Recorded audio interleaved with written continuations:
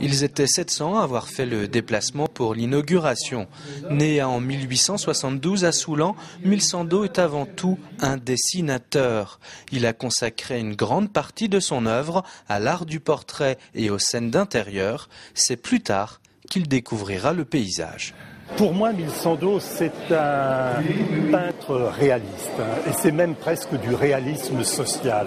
Notre conservateur Christophe Vital a coutume de dire que si Milsando avait vécu dans le Nord, dans le pays minier, eh bien il aurait peint des gueules noires, il aurait peint des mineurs de fond.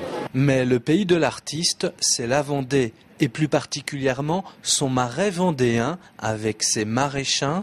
Le monde paysan est le sujet principal de Milsando et il le croque avec beaucoup de réalisme. C'est un artiste qui colle beaucoup à la réalité et qui fait des portraits particulièrement expressifs, mais parfois un peu tristes.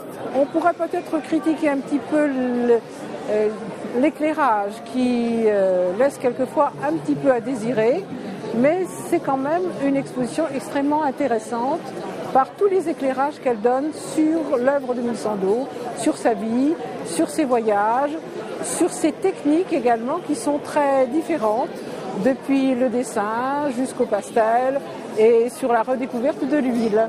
Charles Milsando est mort jeune en 1919 à l'âge de 47 ans. Voici un autoportrait de l'homme déjà malade à la fin de sa vie. Milsando a été à tort trop longtemps considéré comme un peintre local, un artiste rustique, mal connu. Voilà qui est désormais réparé avec cette première rétrospective de l'artiste qui fut quand même l'un des plus grands dessinateurs de son temps.